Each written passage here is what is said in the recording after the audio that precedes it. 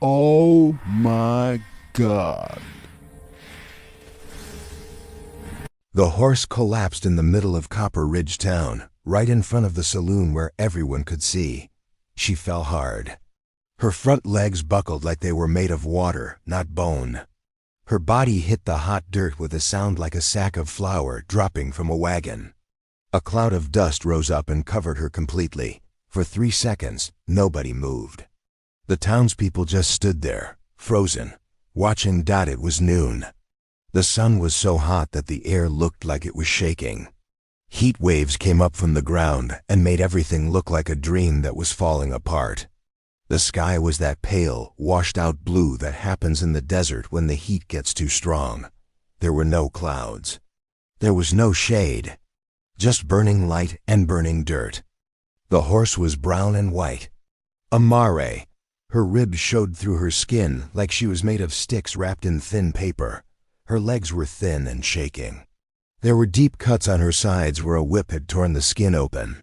Some of the cuts still had blood in them, dark, dried blood mixed with sweat and dirt. Her eyes were wild and rolling, showing the white part all around, like she was seeing something nobody else could see. Her breath came in hard, panicked gasps. Standing over the horse was a man named Garrett Cole. Garrett was tall and mean-looking in the way that some men are born mean, like it goes all the way down to their bones. He had a thin face with a scar that cut through his left cheek. His eyes were pale gray, almost colorless, and they looked like they had never felt sorry for anything in their whole life. He wore a black hat and black clothes. Even his horse was black, a big animal that looked strong and well-fed, which made the fallen mare look even worse. Garrett held a whip in his right hand. The end of it was curled up on the ground like a snake. There were spots of blood on it. "Get up," he said to the horse. His voice was hard and flat. "Get up, you useless animal." The mare didn't move. She couldn't move. Her body was shaking too much. Her breathing was broken and wrong. I said, "Get up." Garrett raised his arm and brought the whip down again. The sound it made was like a gun going off. The leather wrapped around the horse's back leg. The mare screamed a high, terrible sound that made people cover their ears. She tried to stand up, but her legs wouldn't hold her. She fell again, harder this time. That was when Sheriff Thomas Webb stepped out of his office. Webb was not a young man anymore. His face was worn and lined like old leather. His hair was white under his hat. His eyes were blue and tired, like he had seen too much of the world and too much of what people did to each other. He wore a star made of metal on his chest. He moved slowly, but people got out of his way. "That's enough, Garrett," he said. His voice was quiet, but everybody heard it. Garrett turned to look at him. He smiled, but it wasn't a smile that meant anything good. "Sheriff, this is my horse. I bought her fair and square 3 days ago. If I want to work her hard, that's my right. This animal is lazy and worthless. She needs teaching. That horse is dying," Webb said. "Not my problem," Garrett said. He raised the whip again, but Webb was already walking toward him. He wasn't running or rushing. He just walked, steady and sure, the way a man walks who knows exactly what he is going to do. He reached Garrett in 4 steps and grabbed his wrist, the wrist holding the whip. I said, "That's enough." For a moment, nobody breathed. Garrett was younger and stronger, but Webb had the law behind him. More than that, Webb had something Garrett didn't have. Webb had seen real suffering. Webb had watched people die in wars and accidents and hard times. Webb knew the difference between a man doing his job and a man who was just mean for the pleasure of it. "Let go of me, old man," Garrett said quietly. "I can't do that," Webb said. What happened next changed everything. A man in the crowd, a young man named Samuel, who worked at the livery stable, stepped forward. He had never been brave before in his whole life. He had always been the kind of person who kept his head down and did what he was told. But something about watching that horse break on the ground in front of him made something inside him crack open. Samuel walked to the fallen mare. He knelt down beside her. He didn't say anything. He just put his hand on her neck and looked into her eyes. He could see the fear there. He could see the pain. He could see something else too. He could see that this horse had been a good horse once, before Garrett got her. This horse still had something in her that hadn't been completely broken yet. "I'm going to buy her," Samuel said. He didn't look at Garrett. He looked at the sheriff. "Sheriff Webb, how much money would I need to pay to own this horse instead of Garrett?" "I have $40 saved." "It's everything I have." The whole town went quiet. Garrett laughed. $40? I paid $80 for her." "You can't afford her, boy." But Sheriff Webb was looking at Samuel with something like respect in his eyes. He let go of Garrett's wrist and turned to face him directly. "Garrett Cole, you're going to sell that horse to this young man for $40. And you're going to leave Copper Ridge by sunset. If you're still here when the sun goes down, I'm going to arrest you for animal cruelty and put you in my jail.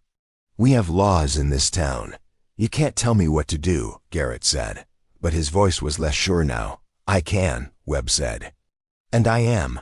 Samuel walked to the fallen mare and sat down beside her in the dirt. He didn't have a plan. He didn't know if he could save her, but he knew he had to try. He knew that this moment, right here, right now, in the middle of the street with the sun burning down, this moment would change his whole life. The mare breathed. Samuel breathed. The town watched Dot and Garrett Cole, angry and defeated, went to get his horse to leave. Samuel carried the horse to the livery stable as the sun started moving across the sky. 2 other men helped him. They made a bed of clean straw in the biggest stall. Samuel had $4 left after paying for the mare, so he bought water, grain, and medicine from the general store. The mare couldn't stand up by herself. Her legs just didn't work anymore. Samuel had seen animals that were tired, but this was different. This was a horse whose body had given up. She lay on her side in the straw, breathing hard and fast.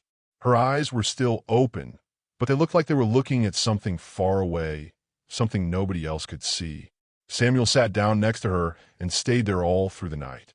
The night was cold. Out in the desert, when the sun goes down, all that heat leaves the world and cold comes rushing in like water. Samuel could see his own breath in front of his face. He covered the mare with an old blanket that he found hanging on a hook. He brought a bucket of water and tried to make her drink, but she wouldn't. He tried to feed her some soft grain, but she turned her head away.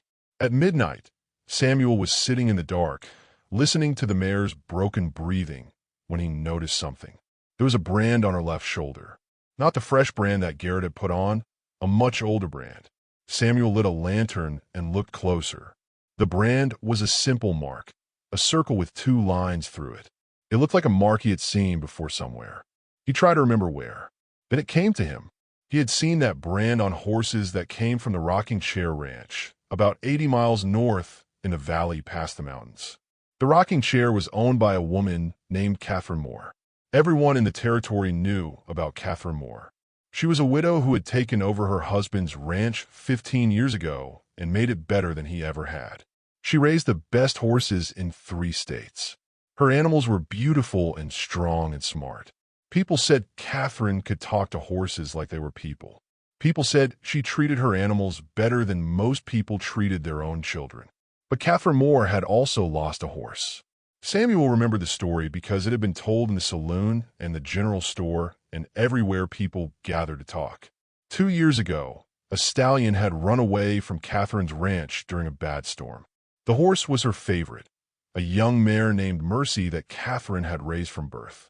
Catherine had put up notices offering a reward of $200 for anyone who found Mercy and brought her back. But nobody ever found her. The trail went cold. After a year of searching, Catherine stopped looking and tried to forget. Samuel looked down at the mare, lying in the straw. "Is that you?" he whispered.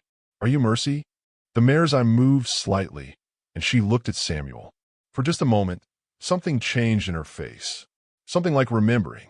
But then her eye closed again, and she went back to her broken breathing. Samuel didn't sleep that night. He sat and watched the mare and thought about Catherine Moore. If this was really Mercy, that meant the mare had been stolen. That meant Garrett Cole had stolen her, probably from someone who had her for a short time and sold her to Garrett without saying where she came from. As the sun came up, Samuel made a decision. He was going to ride to the Rocking Chair Ranch. and tell Catherine Moore what he had found. But first, he had to keep the mare alive. For 3 days, Samuel barely left the stable. He brought water every few hours. He cleaned the mare's wounds with warm cloth and water. Some of the cuts were infected, and Samuel used medicine that the doctor had given him for cuts and burns. He changed the straw every day so it stayed clean and soft. The mare still wouldn't eat. She barely drank. Her ribs got sharper. Her breathing didn't get any better. On the 4th day, Sheriff Webb came to the stable. "How's the horse?" he asked. "I think she's dying," Samuel said quietly. He was sitting in the straw, looking very tired. His clothes were dirty and there was dust in his hair. Webb knelt down and looked at the mare carefully. He was quiet for a long time. Then he said, "I've seen horses like this before. I was in the cavalry when I was young. Sometimes after a battle, we had horses that were so hurt and so scared that their bodies just stopped, like they forgot how to live. Can anything save her?" Samuel asked. "Maybe one thing," Webb said. He reached into his pocket and pulled out a folded piece of paper. It was old and worn at the edges. "This came across my desk about 2 years ago. Missing horse notice. Reward offered. I kept it because the description matched something I heard about." Samuel took the paper and opened it. It was Catherine Moore's notice, and the picture showed a young mare that looked exactly like the horse lying in front of them. Even the white spot on her face was the same. "I think she's Mercy," Samuel whispered. "I think so too," Webb said. "And I think knowing that might be the only thing that brings her back. A horse knows when she's home. She knows when she's with someone who loves her. This horse doesn't know if she's got a home anymore. She doesn't know if anyone remembers her." Samuel stood up with the paper still in his hand. "I'm going to ride to the rocking chair," he said. "I'm going to tell Catherine that her horse is alive." "That's good," Webb said. "But there's one more thing you should know. Garrett Cole didn't leave town yesterday. He's holed up at the old mine shaft on the North Ridge with 2 other men. Bad men. They're waiting for you to find something valuable so they can take it. If they find out you've got a horse that's worth money, they'll come after her. They might come after you too." Samuel looked at the mare in the straw. "Then I need to ride fast," he said. "And I need to bring Catherine Moore back before Garrett figures out what we have." Webb put his hand on Samuel's shoulder. "That horse is lucky you stepped forward," he said. "Not many people would spend everything they have on an animal that might die anyway." Samuel looked at the old sheriff. "She wasn't going to die without someone trying to save her," Samuel said. "Nobody should have to die alone."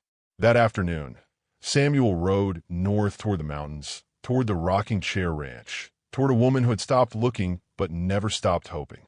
Behind him, in the stable, the broken mare lay in her bed of straw and waited. Waiting is what she had learned to do best. Samuel rode for 2 days straight.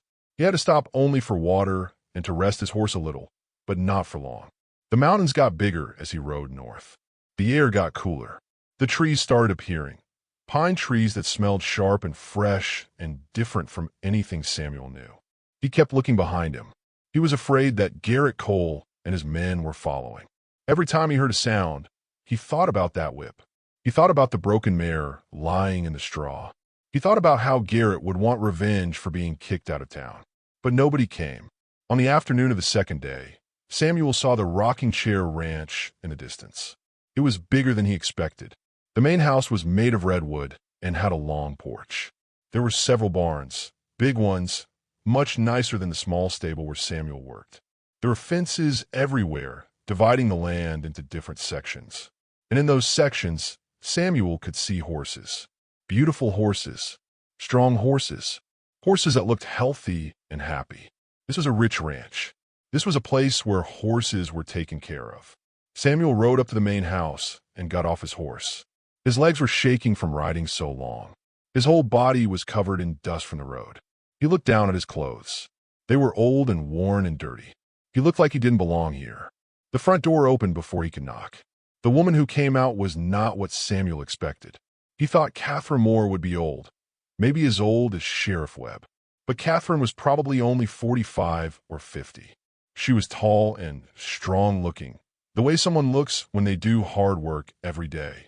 Her hair was dark with gray mixed in it, and she wore it pulled back in a long braid. Her face was tanned from the sun. Her eyes were dark brown and sharp, the kind of eyes that noticed everything. "Can I help you?" she asked. Her voice was polite but careful, the way people talk to strangers. Samuel took a deep breath. He felt very nervous suddenly. "My name is Samuel," he said. "I work at the livery stable in Copper Ridge. I came here to tell you something about a horse." Catherine's whole body went very still. It was like someone had turned her into a statue made of wood. The only thing that moved was her eyes. They got bigger. "What horse?" she asked quietly. I think I might have found Mercy." Catherine didn't say anything for a long moment. Then she sat down on the porch steps like her legs had stopped working. She put her hand over her mouth. "That's not possible," she whispered. "I stopped looking for her a year ago. I made peace with it. Mercy is gone." "She might not be," Samuel said. He pulled out the notice Catherine had made, the paper with a picture of Mercy. 2 days ago, a man named Garrett Cole brought a broken mare to Copper Ridge. He was hurting her very badly. I bought her to save her, and when I looked at her, I saw this brand. Samuel showed Catherine the mark on the paper, the circle with 2 lines through it. Catherine stood up very fast. "Take me to her," she said. "Right now? We have to go right now." "She's very sick," Samuel said. "She might not." "I don't care," Catherine said. "I don't care if she's sick or hurt or broken. She's my horse. She's my Mercy. We have to go now." Catherine went into the house for 2 minutes. She came out with a leather bag and a jacket. She called to a man working in the yard and told him to prepare 2 horses. The man saw something in Catherine's face that made him hurry. He brought 2 strong horses to the front of the house very fast. Catherine rode like she was flying. Samuel had to work hard to keep up with her. She didn't ask questions. She didn't slow down. She just rode and rode, eating the distance between the rocking chair and Copper Ridge. They rode through the night. The moon was full and bright, making the world look white and black and silver. Owls called in the darkness. The desert animals moved away from them as they passed. Catherine's horse was strong and knew the way. She must have ridden this road many times when she was searching for Mercy. As they got close to Copper Ridge, the sky started to turn gray. The sun was thinking about coming up. Everything was quiet and still, the way the world is right before morning arrives. They rode into town as the sun came up. The street was empty. Most people were still sleeping. Catherine went straight to the livery stable. Samuel got off his horse and led her inside. The stable was dark and smelled like hay and horses and leather. They walked to the back stall, where Samuel had kept the mare. The horse was lying in the straw where Samuel had left her. She looked even worse than before. Her breathing was very shallow now. Her eyes were barely open. Samuel thought she might not last through the morning. Catherine walked to the mare and knelt down beside her. She didn't say anything. She just looked at the horse for a long time. "Mercy," she whispered. "Oh, Mercy, I found you. I found you. The mare's I moved." She looked at Catherine. Then something happened that made Samuel believe in miracles. The mare tried to stand up. She failed. Her back legs wouldn't hold her weight. But she tried. She used her front legs to push herself up a little, just enough to get her head higher. She was trying to reach Catherine. Catherine put her arms around the horse's neck. She didn't cry. She didn't make any big sad sounds. But Samuel could see her whole body shaking with emotion. She held that broken horse like it was made of gold and diamonds and everything precious in the world. "You came home," Catherine whispered. "You found your way home." Sheriff Webb appeared in the stable door. He had seen them ride through town. He looked at the scene in front of him. The woman holding the broken horse, the young man standing back, giving them privacy. "Is she going to make it?" he asked Samuel quietly. Samuel looked at Catherine and the mare and the way they were holding each other. "I think," Samuel said, "she might now." Catherine Moore stayed in Copper Ridge for a week. She brought medicine and food and blankets. She brought a veterinarian from the next town over, a man with kind hands and knowledge about sick animals. Every day, she sat in the stable with Mercy and talked to her softly, telling her stories about the rocking chair and the good days they had shared. The first 3 days, Mercy barely ate. She wouldn't drink much water. Her breathing was still broken and difficult. But on the 4th day, something changed. The mare lifted her head and looked at Catherine. She sniffed the grain that Catherine had brought. Then, very slowly, she began to eat. It was a small thing, but everyone knew it meant something big. It meant Mercy wanted to live. Samuel watched all of this from a distance. He had given his bed in the back room of the stable to Catherine, so she would have a place to sleep. He slept in the hay. Every night, he would wake up and check on the two of them. Catherine sleeping on a chair next to Mercy, with her hand resting on the mare's side. They looked like they were holding each other together. On the 8th day, Catherine was helping Mercy stand up for the first time since that day in the middle of the street. The mare was shaking, and her legs were weak, but she was standing. Catherine held her, whispering encouragement. Mercy's hooves were off the ground for only 30 seconds before she had to lie back down, but it was progress. That was when Sheriff Webb came to the stable. He looked worried. His face was dark like storm clouds. "We have a problem," he said. Catherine and Samuel both looked at him. "Garrett Cole is back in town," Webb said. "He came in through the north gate this morning with 5 men. Bad men. Outlaws. They're holed up at the saloon, drinking and asking questions. Specifically, they're asking about you, Samuel. They're asking about a horse. They're asking about how much money a person might pay for a missing horse." Samuel's face went white. "They know," he said quietly. "They know about Mercy." "I think so," Webb said. "I don't know how they found out, but word travels fast in small towns. I'm guessing someone talked. Someone who saw Catherine come to town and figured out why." Catherine stood up very straight. "I'm taking Mercy out of here tonight," she said. "We'll ride back to the rocking chair. Garrett can't touch us there. My ranch hands will protect us." "It's not that simple," Webb said. He was looking very tired suddenly, like he was carrying a heavy weight on his shoulders. "Garrett is claiming that he has a legal bill of sale for the mare. He's saying you stole his property. He's talking about taking you to the territorial court. And Samuel, he's saying that Samuel committed theft by buying a horse that he knew wasn't Garrett's to sell. But that's not true," Samuel said. "I didn't know. I just wanted to save her." "I know," Webb said, "but proving that is complicated. It will take time.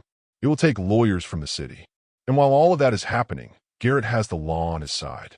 At least, he has enough of an argument that I can't arrest him just yet." Catherine's hands were shaking now.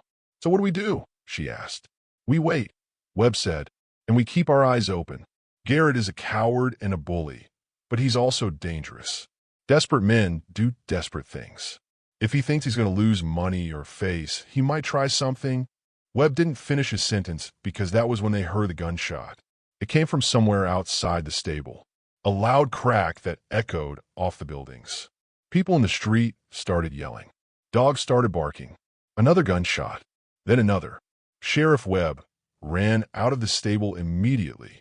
Samuel and Catherine followed him. In the middle of Copper Ridge's Main Street, Garrett Cole and 3 of his men were sitting on horses. Garrett was holding his gun up in the air, smoke coming from the barrel. He was laughing, a mean, ugly laugh that sounded like breaking glass. "Everybody listen," Garrett was shouting. "I'm here to collect what's mine. That horse in the stable is my property, and that boy, Samuel, stole from me." Sheriff Webb stepped out into the street. His hand rested on the gun at his side, but he wasn't drawing it. "Not yet. Garrett Cole, you need to stop this right now," Webb said. His voice was calm and steady, but it carried authority. "You're causing a disturbance. You're firing weapons in town. I'm going to ask you once to hand over your gun and come in my office." "Or what?" Garrett laughed. "You're just an old man, Webb. I got 5 guns here. You think you can stop all of us?" It was then that something unexpected happened. The townspeople started stepping out of the saloon, the general store, the hotel. 40 people, 50 people, men and women, and even some older children. They walked out and stood quietly on both sides of the street. They didn't say anything. They just stood there, waiting. Samuel recognized them. The blacksmith who had helped carry the broken mare. The doctor who had treated her wounds. The store owner who had given Samuel medicine. The bank teller. The teacher. The restaurant owner. All of them. They had heard the shots, and they had come out to see what was happening. Garrett looked nervous now. He looked at all those faces watching him. He looked at Sheriff Webb's steady eyes. He looked at Catherine Moore standing in front of the stable, protective of what was inside. "That horse is worth money," Garrett said, but his voice was less sure now. I'm not leaving without payment. You're leaving without payment, Catherine said, stepping forward. I'll give you $60. That's more than you paid for her. That's the price of a man who knows when he's beaten. Garrett looked like he wanted to argue, but he could see it was no use. The whole town was standing against him. The old sheriff was standing against him. The woman who owned the horse was standing against him. He lowered his gun slowly. Fine, he said. $60.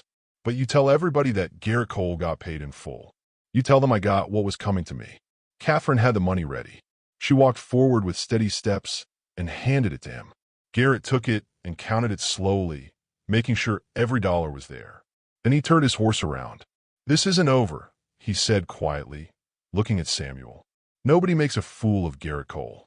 But Sheriff Webb stepped forward with his hand on his gun. Yes, it is over, he said. And if you ever come back to this town, I'll arrest you for animal cruelty, theft, and anything else I can think of. Now ride out, and don't look back. Garrett and his men rode out of Copper Ridge as the sun started to set. The townspeople watched them go.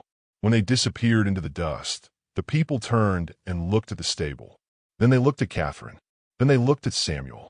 One by one, they began to clap. 2 months later, Samuel stood at the fence of the Rocking Chair Ranch and watched Mercy run. The mare was galloping across the open field, her mane flying in the wind like a flag. Her legs were strong again. Her ribs were covered with healthy muscle. The scars on her side were fading to white lines. She ran like she was flying, like the ground couldn't hold her anymore, like joy was pushing her forward with every step. Catherine was standing next to Samuel, watching her horse with a smile that covered her entire face.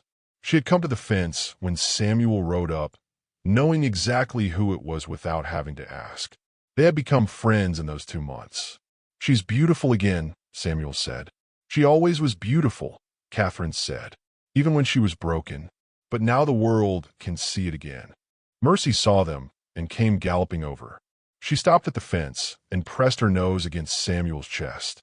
He wrapped his arms around her and breathed in the smell of horse and hay and sun.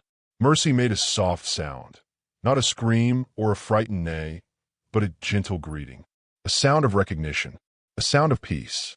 She remembers you, Catherine said. She'll never forget what you did for her. Samuel had left the livery stable in Copper Ridge a month ago. He had ridden to the rocking chair and asked Catherine if she needed help. He told her he wanted to work with horses, to learn how to care for them properly, to understand them the way Catherine did. Catherine had said yes immediately. She had given him a job and a small house on the ranch property and a chance at a new life. Every single day, he worked with Mercy. He groomed her. He led her on slow walks. He brought her treats. He watched as her confidence came back, as her fear faded, as she remembered that humans could be kind.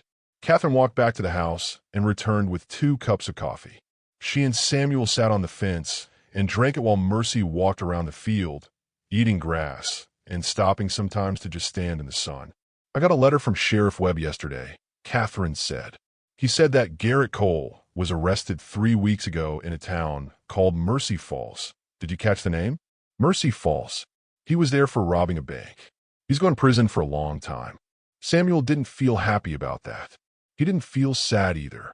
He just felt like justice had happened, like the world had balanced itself out. What about the other men? Samuel asked. 2 of them are in jail with him, Catherine said. The other 3 scattered. But it doesn't matter. Garrett is gone. He can't hurt anyone else. They sat in comfortable silence for a while, watching Mercy. The sun was warm on their faces. A breeze came down from the mountains and carried the smell of pine trees and clean air. In the distance, Samuel could see other horses running. Catherine's other animals, all healthy, all happy, all free. I want to tell you something, Catherine said. Something I've been thinking about. Samuel turned to look at her. When Mercy was born, I decided I would raise her to be the best horse I could make her, Catherine continued. I worked with her every day. I taught her to trust me. I thought I was in complete control of her life, that I could decide everything about her future. But then the storm came and she ran away. Catherine took a sip of coffee. For a year, I thought that was a failure. I thought I hadn't done a good job if my horse could run away. But now I understand something different. Mercy ran away because she had strength. She ran away because I had taught her to survive. And then she came back because she had learned where home really was. Samuel listened carefully. What I mean is, Catherine said, sometimes the best thing we can do for someone, human or horse, is to give them the strength to survive and then trust them to find their way home. Samuel thought about his own life. He had been nobody important in Copper Ridge. He had worked at a stable and lived day to day without any big plans. But then he saw Mercy being hurt, and something inside him had changed. He had become brave. He had become someone who would spend his last dollar on an animal that might die anyway.